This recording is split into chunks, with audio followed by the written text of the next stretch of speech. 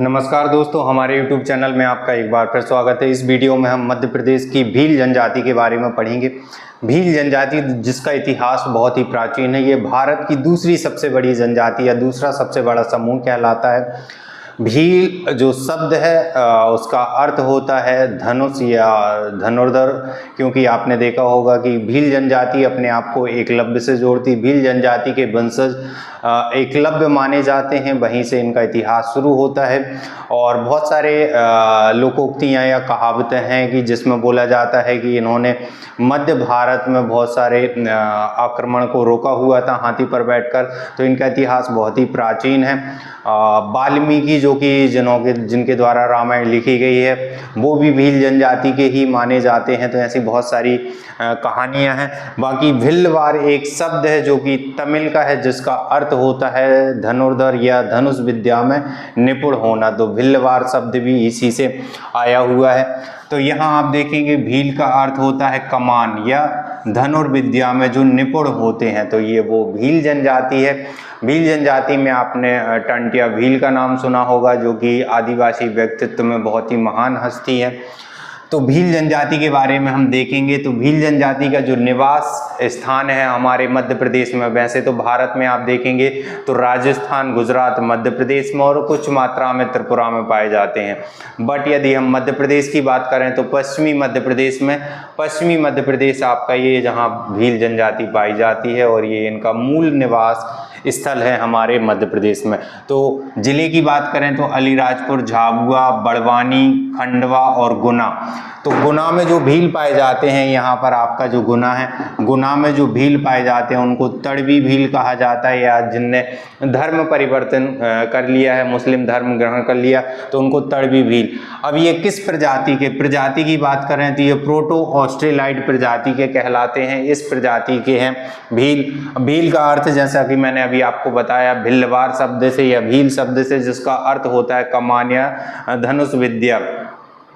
ठीक है, तो ये आपको याद रखना। और इन्हीं को जो आपके एकलव्य हैं उन्हीं को ये अपना वंशज भी मानते हैं। उपजाति कौन कौन सी भील की उपजातियां हैं? पिछले वीडियो में हमने देखा था कि मध्य प्रदेश में 46 आपकी जो एसटी हैं या जनजातियां हैं उनकी संख्या है। अब भील एक उन्हीं में से है। और इसकी उपजातियां कौन सी? भिलाला, पतालिया, रिया, बैगास, बरेला, उमड़ी। तो उपजातियों पर क्वेश्चंस अभी तक नहीं बने हैं। कुछ खास उपजातियां जिन पर क्वेश्चंस आते फिर भी हम आप देख लें कि ये उपजातियां हैं। अब इनकी शारीरिक संरचना कैसी होती है? तो इनका मध्यम कद होता है, ज़्यादा हाइटेड नहीं होते हैं। तांबे के समान रंग होता है, घुंघराले बाल होते, चपटी नाक और हष्ट पुष्ट शरीर होता है। तो ये इनकी शारीरिक बनावट होती है। यदि हम बात करें आभूषण और वस्त्र पहनावे की, तो स्त्रियां शरीर पर टैटू या गुदना गुदवाती हैं और ये अपने शरीर पर भगवान की आकृतियां बनवाती, भगवान के नाम, अपना नाम, उसके अलावा प्रकृति से रिलेटेड चीजें अपने शरीर पर बनवाती हैं।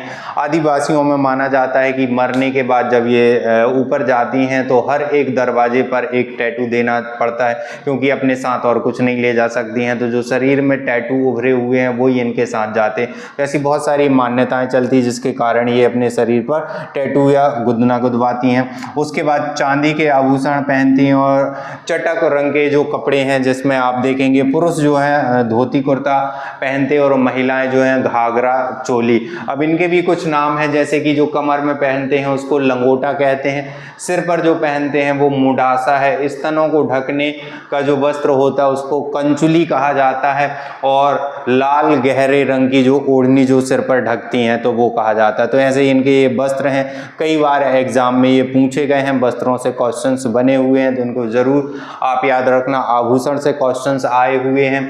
अब भोजन, ये जो है भील आदिवासी या भील जनजाति मांसाहारी होती है। सूखी मछली, केकड़ा या कभी कभी भैंस का जो मांस का सेवन करती है। उसके अलावा आप देखेंगे मक्के की रोटी और ज्वार की रोटी खाती है। और इनका प्रिय पेय जो होता है वो ताड़ी होता है। ताड़ी एक वृक्ष होता है जिससे एक लिक्विड निकलता है जो कि अल्कोहल के रूप में जाना जाता है। अल्कोहल के रूप में ये कंज्यूम करते हैं। तो ताड़ी इनका प्रिय पेय पदार्थ होता है। तो ये जो है इनका भोजन है। उसके अलावा आप निवास स्थल को देखेंगे तो जो इनका गांव होता है उसको पाल कहा जाता है, और गांव हमेशा लाइन में बसा होता है और इसमें घर का विन्यास ऐसे, जैसे आप देखेंगे किसी भी एक आप जैसे मटर ले लें, मटर के फलिया को आप छीलें तो आधे दाने इस तरफ, तो उसी प्रकार इसको फालिया कहा जाता है जो कि विन्यास में रहते हैं। तो गांव को पाल कहा जाता है जो कि लाइन में रहते हैं, व्यवस्थित तरीके रहते हैं, और घर को क्या कहा जाता है, फालिया कहा जाता है। और घरों की जो खिड़की होती है उसको नदी का नाम दिया गया है। तो ये जो है इनके निवास स्थल हैं, और कच्चे घर बने रहते हैं, झोपड़ियाँ बनी रहती हैं घर के सामने। प्रकृति से रिलेटेड और अपने परंपरा संस्कृति से रिलेटेड चित्र बनाते हैं जो कि एक पर्व होता है, या जब भी कोई शादी विवाह ओकेशन होता है तो अपने घर के सामने की दीवार पर ये चित्र बनवाते हैं।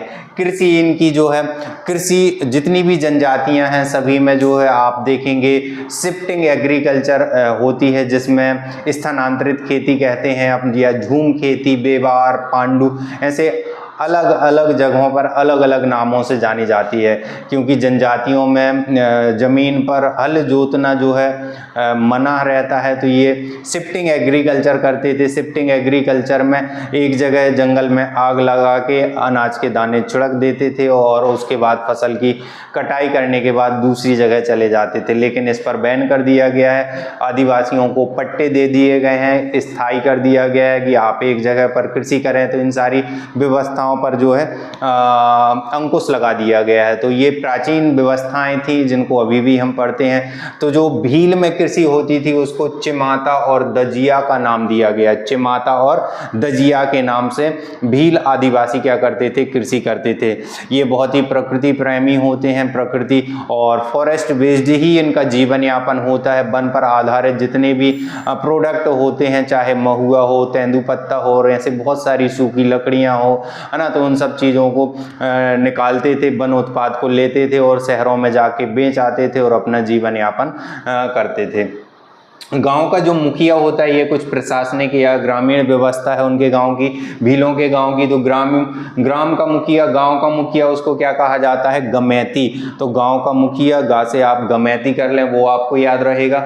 मदबी, बदबो, भगत, ये जो शब्द है ये गांव के सबसे पवित्र व्यक्ति को दिया गया है। गांव का जो पुजारी या पवित्र व्यक्ति है उसको क्या कहा जाता है, मदबी, बदबो या भगत।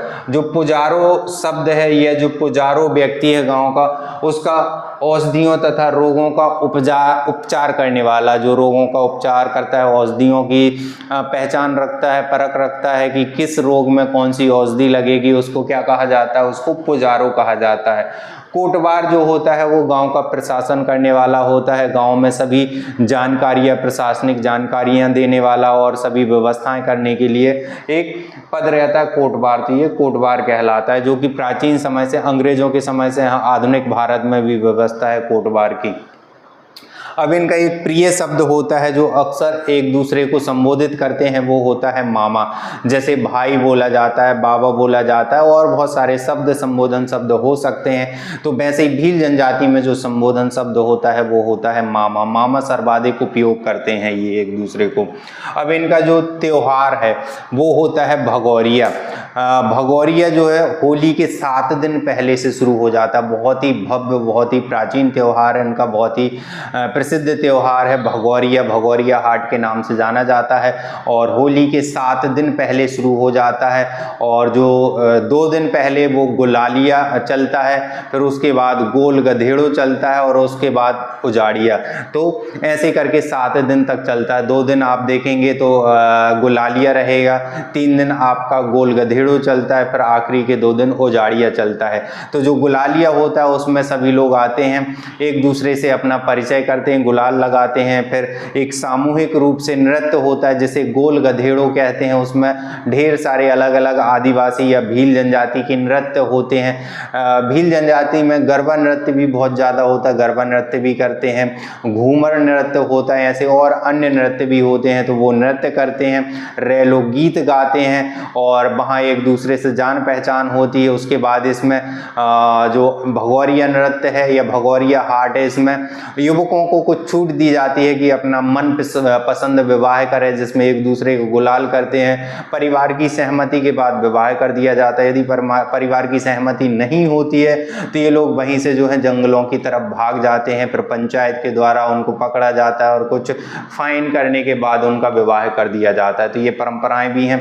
तो गोल गधेड़ों में आपका 3 स्टेज में रहता है, 7 दिन तक चलता है भगौरिया हाट। तो पहला गुलालिया, फिर गोल गधेड़ों और फिर उजाड़िया। उजाड़िया में जो लोग आते हैं अपनी साल भर की जो ज़रूरतों का सामान होता है वो खरीदा जाता है, क्योंकि प्राचीन कल्चर में बाजार या हाट उतने इजी अवेलेबल नहीं रहते थे, लोगों को बहुत दूर तक जाना पड़ता था।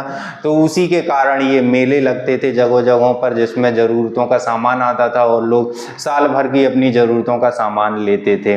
तो वो 2 दिन उजाड़िया चलता है। तो वो आपको याद रखना है कि ये त्यौहार है आपका कौन सा, भगौरिया पर्व जिसे कहा जाता, होली के 7 दिन पहले चलता। फिर इनका प्रमुख पर्व जो है वो है पिथौरा। पिथौरा या पिथौरा पर्व, जिसमें आपके घर की जो मुख्य दीवार है उसको प्रत्येक वर्ष लेपन किया जाता है और उस पर जो है प्रकृति और अपनी संस्कृति के चित्र बनाए जाते हैं। तो इसमें घोड़े का चित्र बनाया जाता है। इसमें बहुत सारी कहानियां, मान्यताएं चलती हैं कि एक बार जो है इनकी संस्कृति से या इनके समाज से हंसी, गाने, नृत्य, ये सारी चीज़ें छिन गई थी, ये लोग उदास हो गए थे। तो उसके बाद एक राजा ने, एक व्यक्ति ने जो है, राजकुमार ने घोड़ों की एक रैली निकाली थी। उसके बाद देवी ने प्रसन्न होकर इनकी हंसी खुशी नृत्य गान वापस कर दिया था। तो उसके बाद से ये पिथौरा पर्व मनाने लगे हैं। तो पिथौरा पर्व में ये अपने घर की मुख्य दीवार पर लेपन करके जो है प्रमुख चित्र बनाते हैं, जिसमें इनकी संस्कृति से रिलेटेड वृक्ष होते हैं, जानवरों के होते हैं, कृषि से रिलेटेड होते हैं और अपनी संस्कृति से रिलेटेड बहुत सारे चित्र बनाते हैं घर की मुख्य दीवार पर। लेकिन मुख्य आकर्षण का केंद्र जो होता है घोड़ा होता है। तो जो पिथौरा चित्रकला है, जिसके फेमस पेंटर आपने देखे होंगे पीमा फाल्या या भूरी बाई, तो ये लोग जो हैं घोड़े का मुख्य चित्र बनाते हैं। तो वो आपको याद रखना है। उसके बाद आप देखेंगे कड़कनाथ मुर्गा का ये पालन करते हैं। कड़कनाथ मुर्गा, क्योंकि ये मांसाहारी होते हैं, तो अपने खाने के लिए कड़कनाथ मुर्गा, जो कि कंकड़ पत्थर खाता है, काला मांस होता है, काले कलर का होता है और जिसे जीआई टैग में भी शामिल किया गया है। 2018 में झाबुआ जिले को ये जीआई टैग दिया गया है। मध्य प्रदेश में आप देखेंगे 19 जीआई टैग मिल चुके हैं अभी तक। जब ये कड़कनाथ मुर्गा को जीआई टैग के लिए अप्लाई किया था तो ऑब्जेक्शन छत्तीसगढ़ ने लिया था, लेकिन एक इसको मिला है, मध्य प्रदेश के झाबुआ को मिला है। उसके बाद इनमें एक बहुत ही फेमस प्रथा चलती है, हलमा, हीड़ा या हांडा बोलते हैं, कि जब गांव में किसी परिवार के ऊपर विपत्ति आती है और वो परिवार पूरी ताकत लगा के उस विपत्ति से निकलने की कोशिश करता है, लेकिन उसके बाद भी कई प्रयासों के बाद, विभिन्न प्रकार के प्रयासों के बाद वो परिवार उस विपत्ति से वापस नहीं आ पाता अपनी पूरी ताकत लगाने के बाद, तो गांव के लोग सामूहिक तरीके से उसकी मदद करते हैं। अब वो जैसी भी मदद हो, आर्थिक मदद हो या श्रमिक मदद हो, तो वो मदद की जाती है। तो ये हलमा पद्धति, हलमा या हीड़ा कहलाता है। अभी कुछ साल पहले उस क्षेत्र में लोगों ने जो है सामूहिक रूप से जल संरक्षण के लिए हलमा किया था, जिसमें गड्ढे खोदे थे प्रकृति को बचाने के लिए। तो ये उस समय चर्चित हुई थी। तो ये बहुत ही प्राचीन इनकी पद्धति है, परंपरा है, तो इसको भी याद रखना। टीवी नायक एक आपके राइटर हैं जिनने द व्हील्स आ स्टडी नाम की बुक लिखी है, जिसमें इनके कल्चर, संस्कृति के बारे में बताया, रहन सहन, खान पान, हिस्ट्री, सब कुछ इनके बारे में बताया गया है। तो भील जनजाति मध्य प्रदेश की सबसे बड़ी जनजाति है, जो कि मध्य प्रदेश में 46 लाख लोग पाए जाते हैं और ये पश्चिमी मध्य प्रदेश में रहते हैं। तो इनकी संस्कृति, रहन सहन, खान पान, शारीरिक बनावट, पहनावे पर, इन सभी चीज़ों पर क्वेश्चंस आए हुए हैं और अक्सर एग्जाम में आते हैं। तो ये कुछ आपको यहाँ पर बताया गया है एग्जाम पर्पज से, तो इसको जरूर पढ़ें। इनकी और भी डिटेल होती, बहुत सारी डिटेल, लेकिन वीडियो में आपको नहीं बता सकते, बहुत सारी चीज़ें होती हैं, तो ये आप ज़रूर देखें और इसके बारे में सर्च करें। यहाँ आपको शॉर्ट सारी चीज़ें बता दी गई हैं, इसके बारे में सर्च करें और डिटेल में पढ़ें। Thank you.